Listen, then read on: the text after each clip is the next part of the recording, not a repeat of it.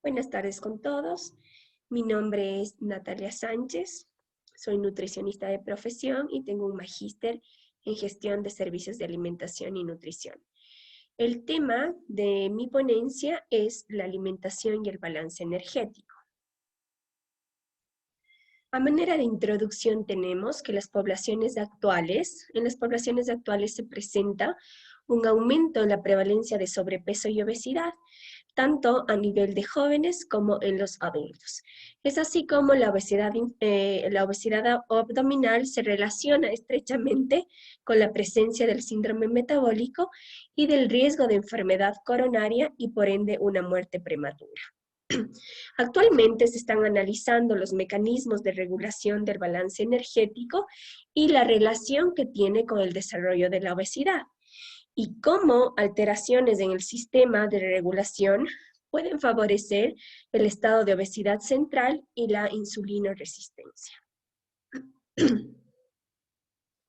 Dentro de esta presentación se pretende examinar los sistemas energéticos y cómo el organismo los utiliza, evaluar cómo la alimentación puede afectar dicho balance energético y el mismo incidir sobre una de las condiciones patológicas crónicas de mayor prevalencia en la actualidad, como es la obesidad.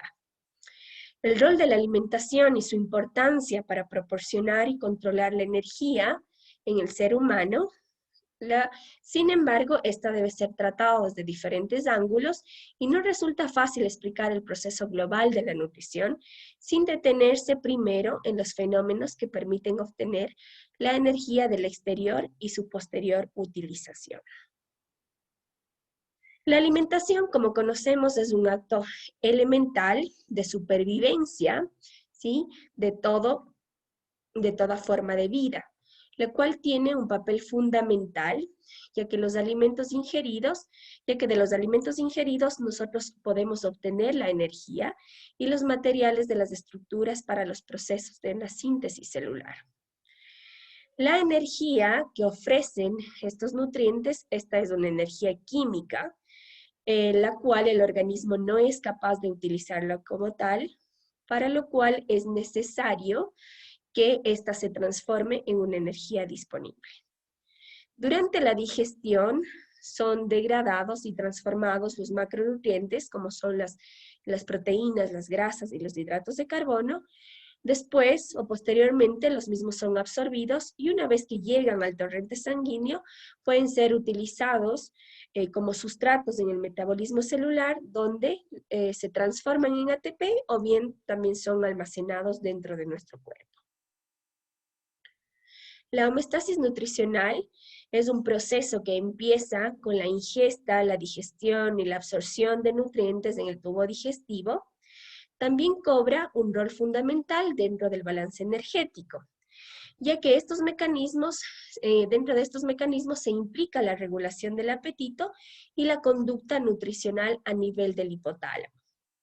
Estos mecanismos representan un elemento crítico en la génesis de la obesidad, estableciendo una relación entre el papel de la regulación energética y el desarrollo de la obesidad. Previamente vamos a ver algunos conceptos claves que nos van a ayudar a entender de mejor manera el tema. Energía. La energía es el combustible que utiliza nuestro organismo para el desarrollo de todas nuestras funciones vitales. Si hablamos de la misma dentro del campo de la nutrición, se refiere a la manera en la que el cuerpo utiliza la energía localizada en las uniones químicas que se encuentran dentro de los alimentos que ingerimos. La unidad de medición de energía es la caloría. ¿Qué es la caloría? Es la cantidad de energía necesaria para que un gramo de masa de una sustancia eleve su temperatura a 1 grado centígrado. Esta es una constante característica de cada sustancia. Requerimientos energéticos. Representan la cantidad de energía proveniente de los alimentos necesaria para lograr un equilibrio en el balance energético y así poder mantener una constante masa corporal. La tasa metabólica es la cantidad de energía que se pierde o se gasta por unidad de tiempo. Fuentes de energía. El ser humano obtiene la energía que sea necesaria para poder desarrollar sus funciones vitales, sus actividades diarias, a partir de la energía química que se encuentra dentro de los alimentos, precisamente o más precisamente dentro de los macronutrientes, como son las proteínas, las grasas y los hidratos de carbono. Después, al proceso de digestión, esta energía química es convertida en energía mecánica o térmica. A pesar de que el alcohol no forma parte del sistema alimentario, pero es importante que lo tengamos en cuenta, ya que representa un aporte energético no menor, cuya magnitud debe ser considerada en personas que tienen una alta ingesta del mismo, ¿sí? Ya que este puede llegar a alterar el balance metabólico. Aquí tenemos los valores promedios de energía provenientes del metabolismo de los alimentos. Por ejemplo, los hidratos de carbono nos aportan 4 calorías por cada gramo. Las proteínas también nos aportan 4 calorías por cada gramo del mismo. La grasa, 9 calorías. Y el alcohol, como decíamos, es un valor no menor, nos aporta 7 calorías por cada gramo.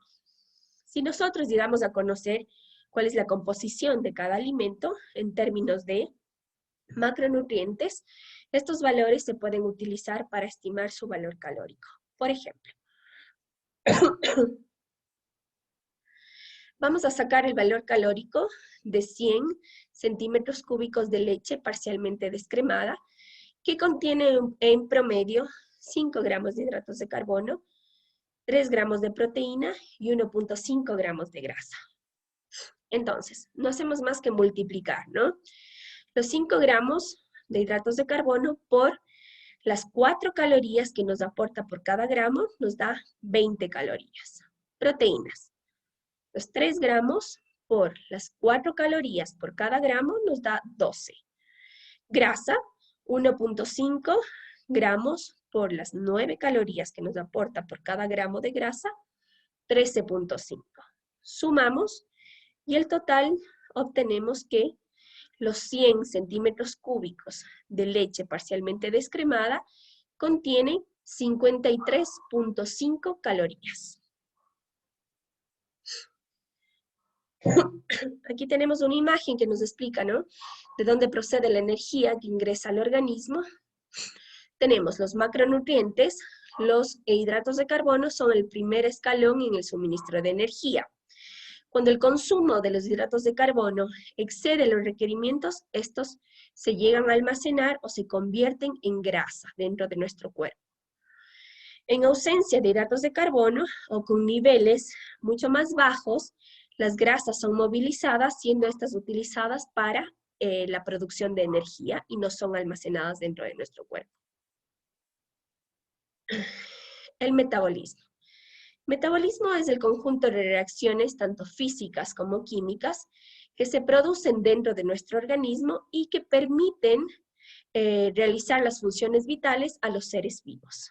La transformación de los alimentos en energía y la formación de nuevos componentes, como hormonas y enzimas, son parte de los procesos metabólicos. El índice metabólico refleja la velocidad con la que el organismo utiliza esta energía. En el concepto de metabolismo incluyen 2 procesos metabólicos, como es el anabolismo y el catabolismo, que sin duda lo hemos escuchado varias veces. ¿A qué se refiere el anabolismo?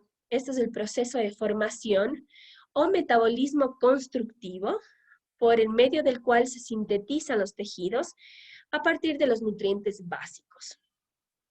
Para una persona, esto puede significar que aumente la masa muscular debido a un entrenamiento, ya que el anabolismo necesita energía. El catabolismo, este representa el proceso de destrucción y de degradación de los nutrientes, generalmente por procesos oxidativos. Además, también se puede hacer referencia al metabolismo basal y gasto energético en reposo. Vamos a ver de qué se trata cada uno de ellos.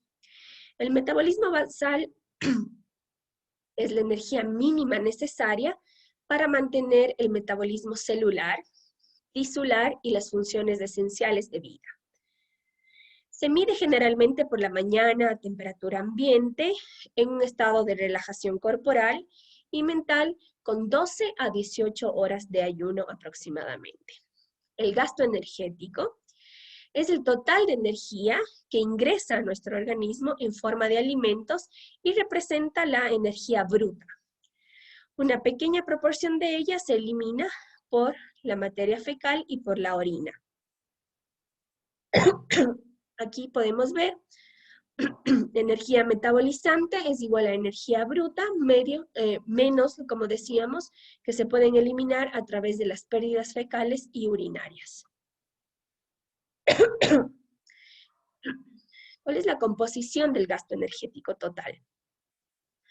El gasto energético total está compuesto por gasto energético en reposo, que representa entre el 60 y el 70%, también por el efecto térmico de los alimentos, que representa entre un 5 y un 10%, y por la actividad física, representada entre un 15 y un 30%. Es el valor que mayor variación puede presentar desde un 0% en un individuo sedentario hasta un 50% en un deportista de resistencia. ¿Sí? El gasto energético total se ve afectado de esa manera.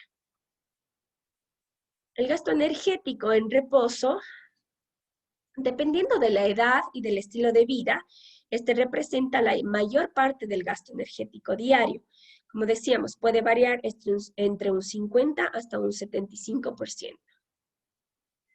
Es la cantidad de energía utilizada por el individuo, ya sea que esté en un estado de que padezca alguna patología o esté sano, ¿sí? Que no se encuentre en condiciones de termoneutralidad, ayuno, ni está sometido a grados de estrés, tanto físico o también como a algún tipo de enfermedad. Este es ligeramente superior a la tasa metabólica.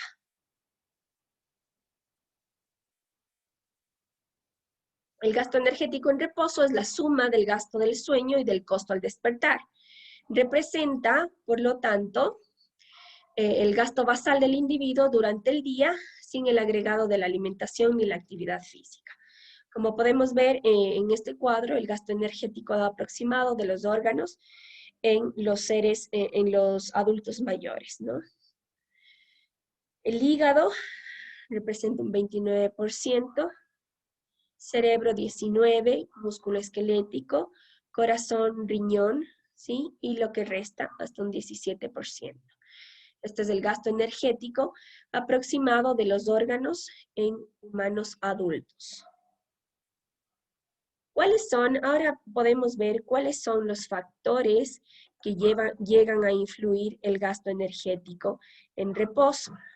Tenemos que hay varios factores que pueden llegar a influir, como es la edad, el sexo, la composición corporal. En las mujeres también puede ser el ciclo menstrual, un estado fisiológico de embarazo y lactancia, hipertermia, situaciones emocionales y también las hormonas tiroides. Para hablar un poquito de ello tenemos que, por ejemplo, en la edad.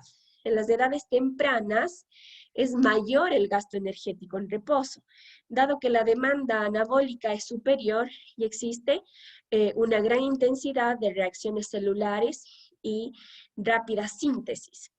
Después, el gasto energético en reposo empieza a declinar significativamente ya con la edad.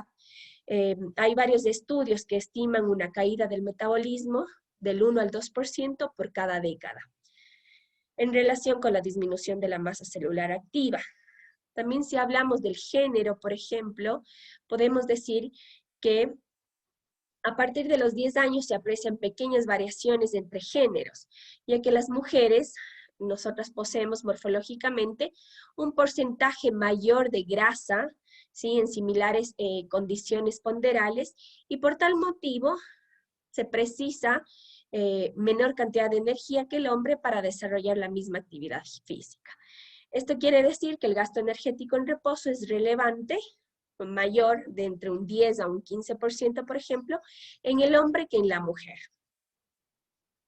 Si hablamos de la composición corporal, también podemos decir que el metabolismo es mayor en la masa magra y visceral que en la masa grasa, debido a que la masa magra es metabólicamente más activa. En el embarazo y la lactancia también el gasto energético en reposo se ve aumentado, ¿sí? Debido a los procesos que normalmente se dan, por ejemplo, el crecimiento uterino, placentario y fetal. Principalmente este se da durante el último trimestre del embarazo, ¿sí? Existe un aumento muy significativo del gasto energético en reposo, ya que el feto y la placenta llegan a incrementar su actividad metabólica. Aquí podemos ver, en resumen, la síntesis de los factores que influyen sobre el gasto energético en reposo, ¿sí? Existen factores que lo aumentan y otros factores que lo disminuyen. Como habíamos dicho, por ejemplo, la edad. A menor edad existe un mayor gasto, ¿sí? En la masa magra, a mayor masa magra, ¿sí? Existe un mayor gasto. La temperatura corporal, a mayores temperaturas, mayores gastos. También existen, por ejemplo, estados emocionales como de estrés que también llegan a verse afectados en el gasto energético. Tenemos género, edad, como habíamos dicho, entre el 1 al 2% por cada década, ¿sí? Que esto se ve que empieza a disminuir el gasto energético en reposo. En la menopausia pasa lo mismo y existe un predominio de la masa grasa. Ahora iremos al segundo componente, que es el efecto térmico de los alimentos. El efecto térmico de los alimentos representa el aumento del gasto energético por encima del gasto energético en reposo. Esta es la elevación que se produce normalmente 1 hora después de la ingesta de un alimento y puede ser incluso, puede durar hasta 4 horas posteriores. Es producto de la energía utilizada en la digestión, el transporte, el metabolismo y el depósito de nutrientes. Representa un 10% del gasto energético total. Existen estudios recientes que sugieren que el efecto térmico de los alimentos es superior después de las ingestas matutinas que de las comidas del mediodía o de la tarde, por lo cual es menos efectiva en las ingestas nocturnas, si es que queremos estimar el efecto térmico de los alimentos. El aumento del gasto energético es producido por los nutrientes y esto está en relación con la cantidad de energía, ¿sí? O la cantidad de calorías que nosotros ingerimos, el tiempo transcurrido desde la última ingesta, el estado nutricional, la existencia de alguna patología, algún estado fisiopatológico, la composición de la dieta o el tipo de dieta que estemos consumiendo y la cantidad de macronutrientes y otros componentes que formen parte de nuestra alimentación. Aquí podemos ver el efecto térmico de los alimentos según el tipo de macronutriente. Las grasas, representado por un 3%, una alimentación mixta 10%, hidratos de carbono 10% y proteínas un 20%. Aquí nos explica que el efecto térmico de los alimentos representa el porcentaje de energía de un nutriente utilizado para digerirlo y absorberlo. Cuanto mayor sea el contenido calórico de estos alimentos, mayor será, obviamente, el efecto térmico de los mismos. Sin embargo, nosotros debemos saber que el tipo de macronutriente involucrado dentro de este aumento calórico, que sean las proteínas y los hidratos de carbono, estos llegan a aumentar significativamente el efecto térmico de los alimentos, mientras que el efecto de las grasas es mínimo. El consumo de alcohol también causa un efecto modesto, ¿sí? Del aumento del gasto energético en reposo.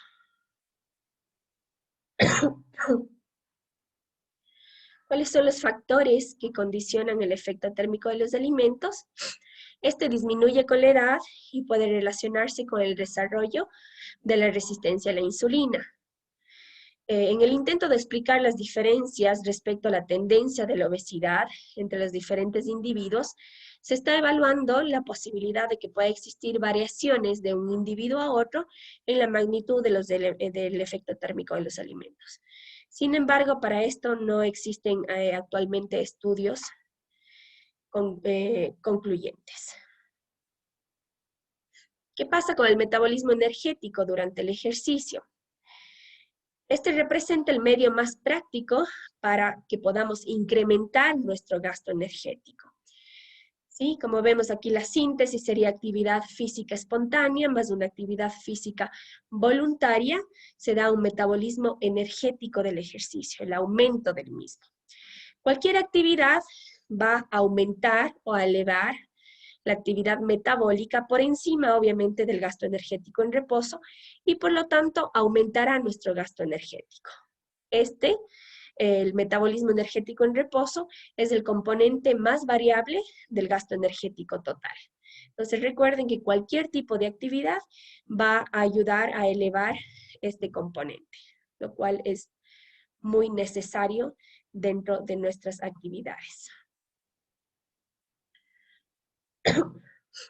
El metabolismo energético durante el ejercicio, el índice metabólico del ejercicio o efecto térmico del ejercicio representa el incremento del metabolismo producida por una actividad física, ya sea moderada o muy intensa.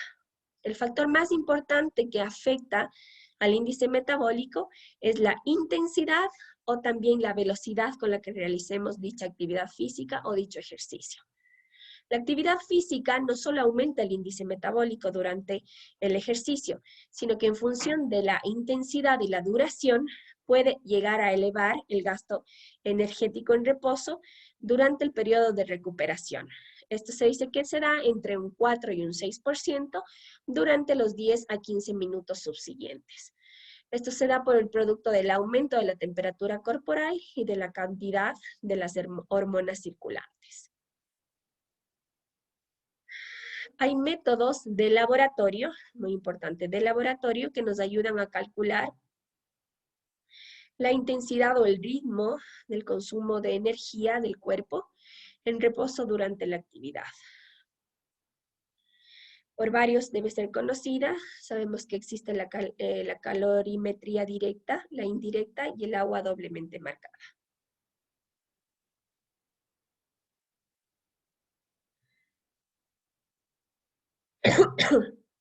¿De qué se trata? La calorimetría directa. Este proceso consiste en medir el calor producido en los procesos metabólicos de nuestro cuerpo. Es una cámara calorimétrica herméticamente aislada, podemos ver más o menos en la imagen, donde se introduce una persona durante un tiempo y se mide la cantidad de calor que despide el cuerpo, ya sea en reposo o en ejercicio. Las paredes, como podemos ver aquí, contienen algunas tuberías de cobre por donde pasa agua. Y debido a los cambios de calor que genera el cuerpo, la temperatura del agua se modifica y además cambia la temperatura del aire que entra y sale de la cámara al respirador. Este método proporciona una medición de la energía gastada en forma de calor. Este es altamente costoso y en la actualidad prácticamente no se utiliza. Se ha usado ampliamente en estudios con animales, pero muy raramente en el hombre. ¿Cuál sería una desventaja, no? Que sea muy cara. La calorimetría indirecta, en este caso la producción de calor no se mide en forma directa, por eso su nombre. Los productos de la oxidación biológica del cuerpo, el consumo de oxígeno y la producción de dióxido de carbono se miden en un periodo determinado con un espirómetro, como vamos a ver en la siguiente imagen. Por lo tanto, para este método son necesarios aparatos especiales como el espirómetro que habíamos dicho anteriormente y algunos aparatos o instrumentos que miden la composición del aire expirando durante el reposo de la persona. Las ventajas es que tiene un bajo costo de equipamiento y el sujeto puede estar en reposo, acostado o realizando actividad.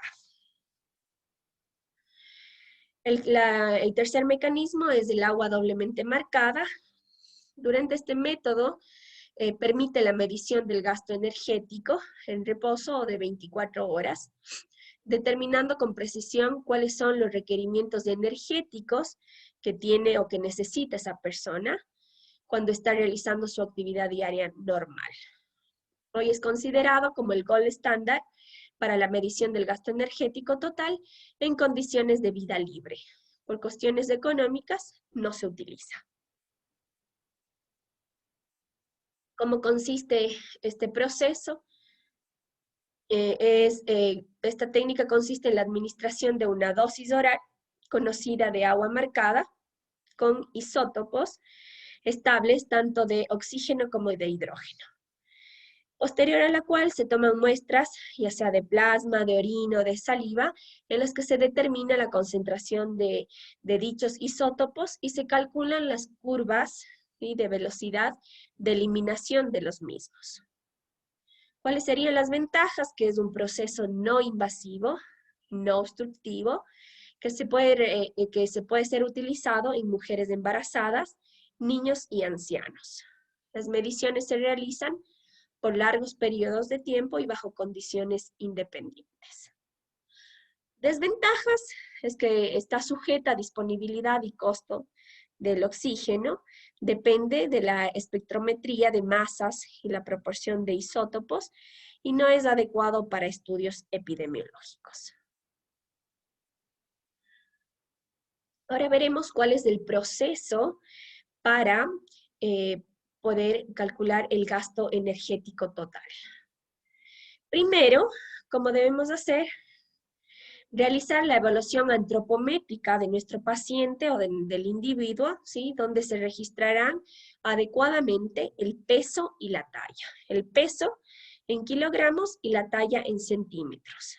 Posteriormente, determinamos el gasto energético basal, para lo cual se pueden utilizar unas ecuaciones que son ya normativas en manera internacional, ¿sí? Después restamos 0.1 kilocalorías por cada kilogramo de peso por hora de sueño y finalmente agregamos aumento de la actividad física, para lo cual se podrán utilizar los datos que se prescriben en la tabla número 2. Aquí vemos algunas de las ecuaciones, ¿no?, para el cálculo del requerimiento energético basal. Tenemos tanto en hombres como en mujeres, ¿sí? La fórmula de Harris-Benedict, solo tenemos que reemplazar todos los datos que se encuentran aquí. Cuando dice P es el peso en kilogramos, la T es la talla en centímetros y E es la edad del individuo en años o del paciente. Tenemos también la fórmula de Mifflin y otros métodos que son dados por la FAO y la OMS. Entonces, podemos calcular de cualquiera de estas maneras, ¿sí?, para poder nosotros saber cuál es el requerimiento energético basal de cada individuo. Es por eso que los nutricionistas hacemos todo de manera individual. El mismo plan de alimentación no sirve para cualquier persona, ¿sí? Y ¿por qué? Porque el requerimiento nutricional que tiene una persona no es la misma que va a tener otra. Entonces, por eso todo es de manera muy personal e individualizado. Aquí tenemos la clasificación de las actividades.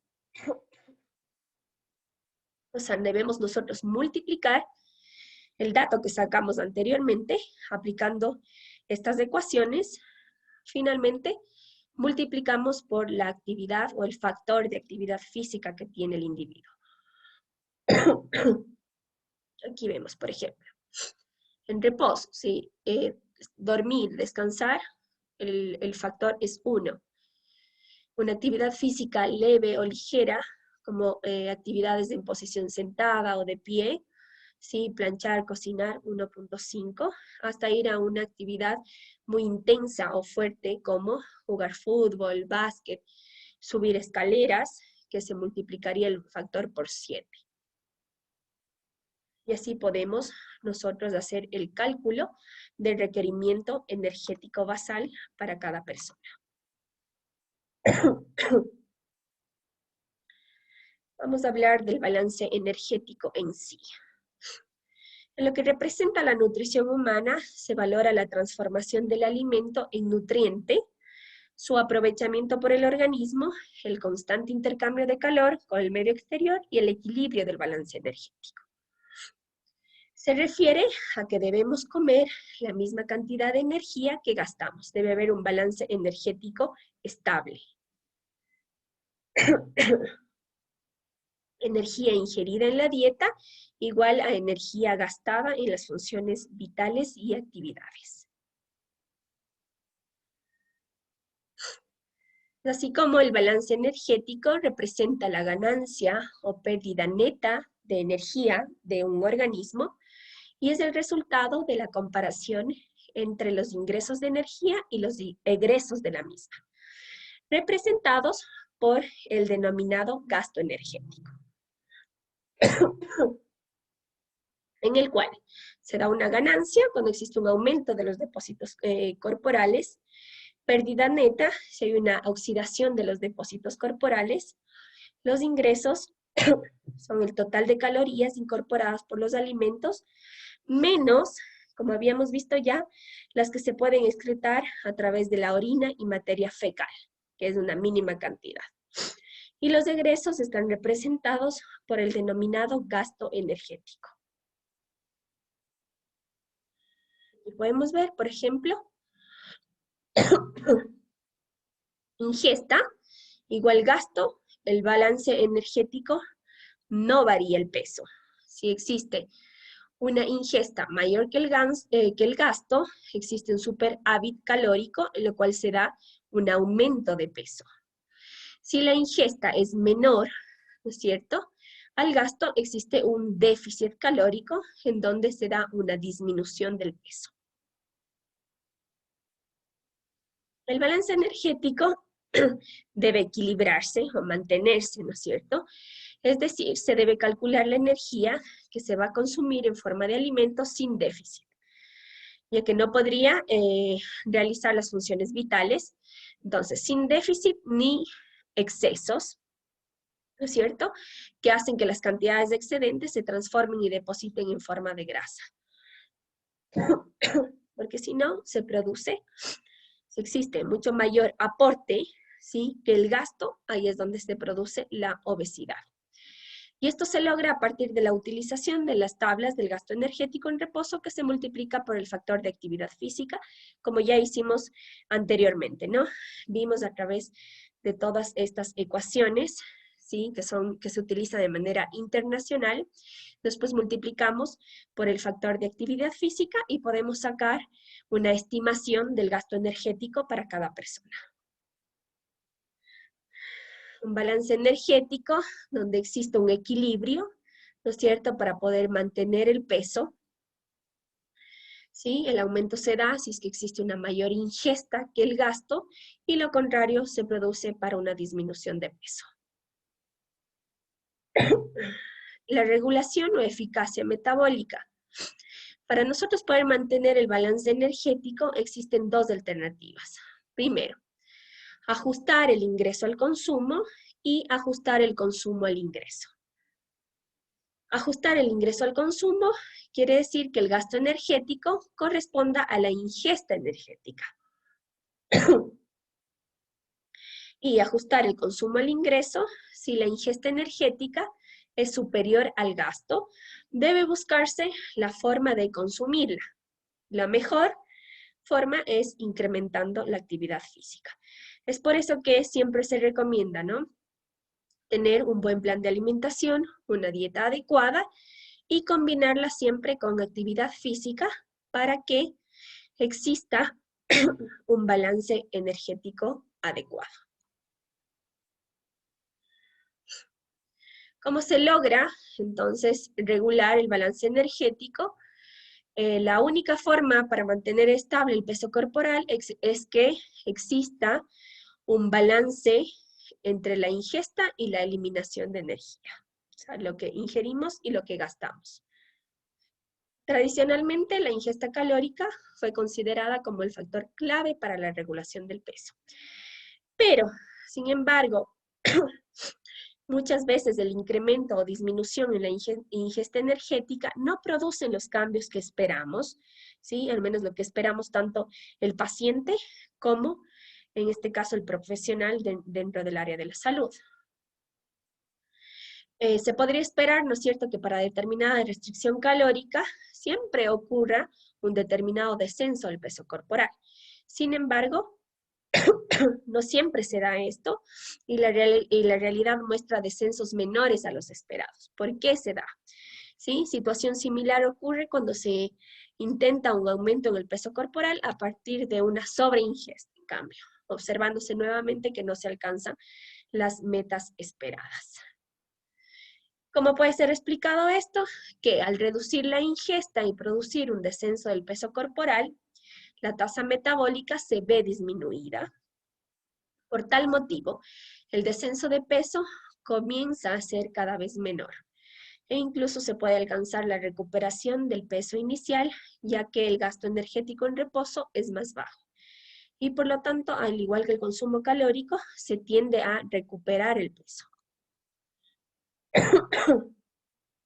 Aquí es cuando podríamos introducir en este contexto la expresión adaptación metabólica, que fue propuesta por la FAO y la OMS por ahí por el año 1985, para definir el proceso por el cual se alcanza un nuevo estado de equilibrio en respuesta a un cambio en el ingreso de alimentos y nutrientes. Dicha adaptación, aquí es la respuesta, ¿no? Dicha adaptación puede ser genética, metabólica, social o conductual. Gracias a la regulación del balance energético, aproximadamente entre el 60 al 70% de la población adulta es que logra mantener su peso con pequeñas oscilaciones durante periodos de una década, a pesar de que el consumo calórico supere ampliamente sus necesidades. Pero también existe un error entre el 1 al 2% en dicho balance que podría determinar un aumento de peso de 12 a 25 kilos dentro de este mismo lapso de tiempo, como habíamos dicho, dentro de una década.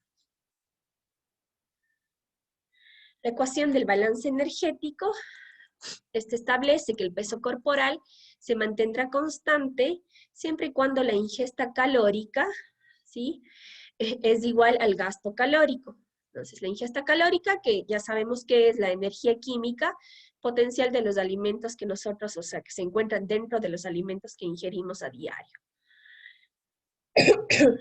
Y el gasto calórico, que es la energía gastada durante el transcurso del día a través de las actividades que realizamos diariamente. Aquí vamos a ver que existe un balance energético positivo y un balance energético negativo. ¿Cuándo se da el mismo? El balance energético positivo se produce cuando se incorporan más calorías que las gastadas. Y como consecuencia de ello,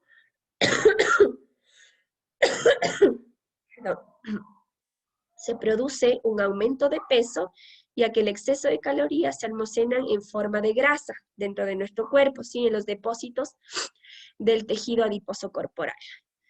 Se dice que por cada 3.500 calorías que se consumen en exceso, se almacenan en el cuerpo 0.45 kilogramos de grasa. El balance energético negativo se da o se produce si el consumo total de calorías es menor en relación al gasto del que el individuo pierde de peso. Si el déficit energético es de 3.500 calorías, se dice, ¿no es cierto?, que se pierde, en cambio, lo contrario del anterior, 0.45 kilogramos de peso. La pérdida puede ser causada por un aumento en el ejercicio físico o también una disminución en el consumo de calorías. Aquí podemos ver una imagen donde nos explica lo que acabamos de decir, ¿no es cierto? La ingesta energética versus el gasto energético. y se produce, ¿no es cierto?, un aumento de peso corporal si es que la ingesta, obviamente, es mayor al gasto, ¿sí? O ingresos y egresos, pérdida de peso, lo contrario, y el mantenimiento de peso corporal cuando existe un equilibrio entre la ingesta y el gasto energético, entre el ingreso o los egresos. Aquí lo mismo, como se mantiene el peso, se pierde peso, y como se gana peso, obviamente si es que el consumo o el ingreso es mayor al gasto.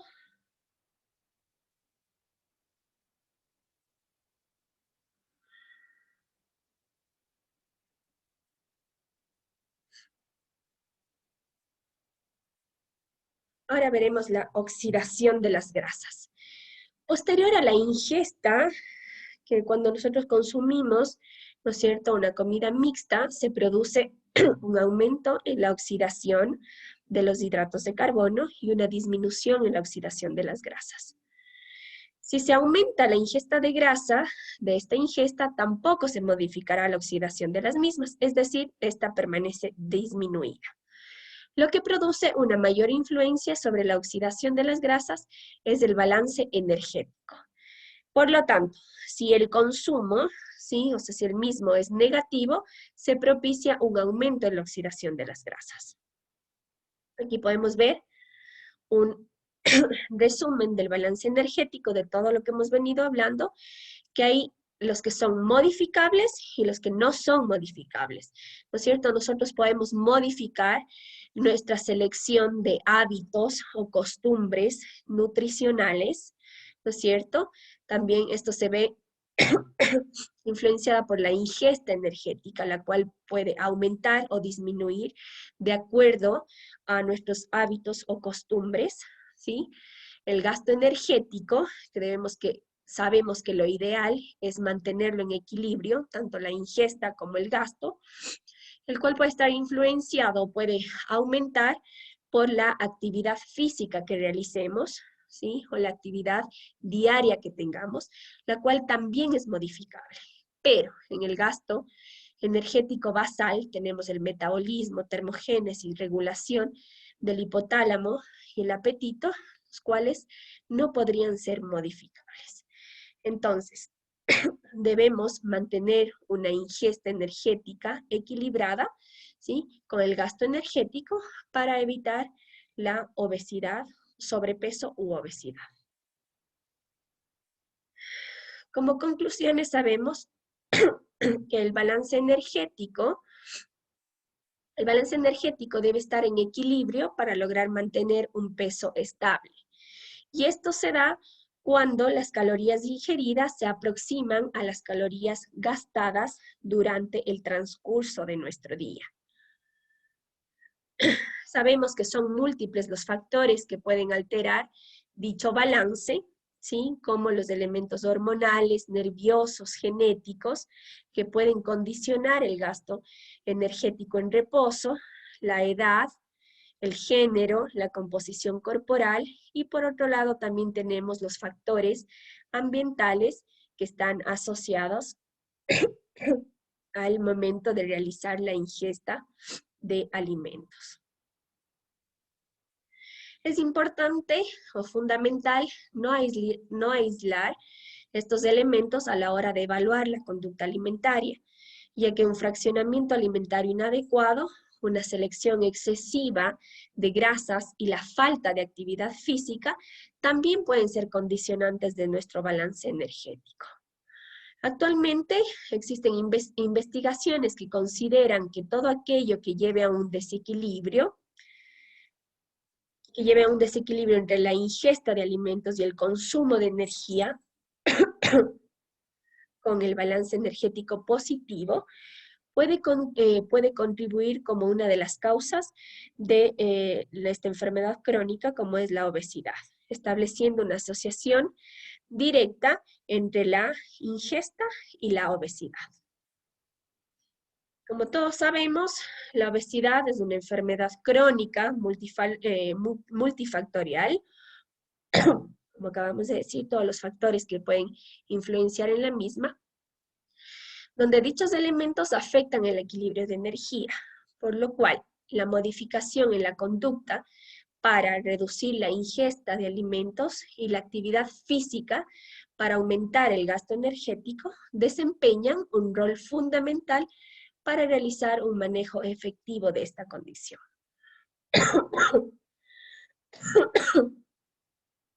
El mayor conocimiento de la regulación central y periférica, de los hábitos alimentarios y del balance energético, estos podrían llegar a ayudar a desarrollar tratamientos para la disminución de la incidencia de estas alteraciones metabólicas y con ello también la probabilidad de enfermar o morir por alguna enfermedad coronaria.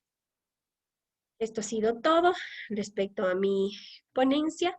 Espero que sea de mucha utilidad. Muchas gracias.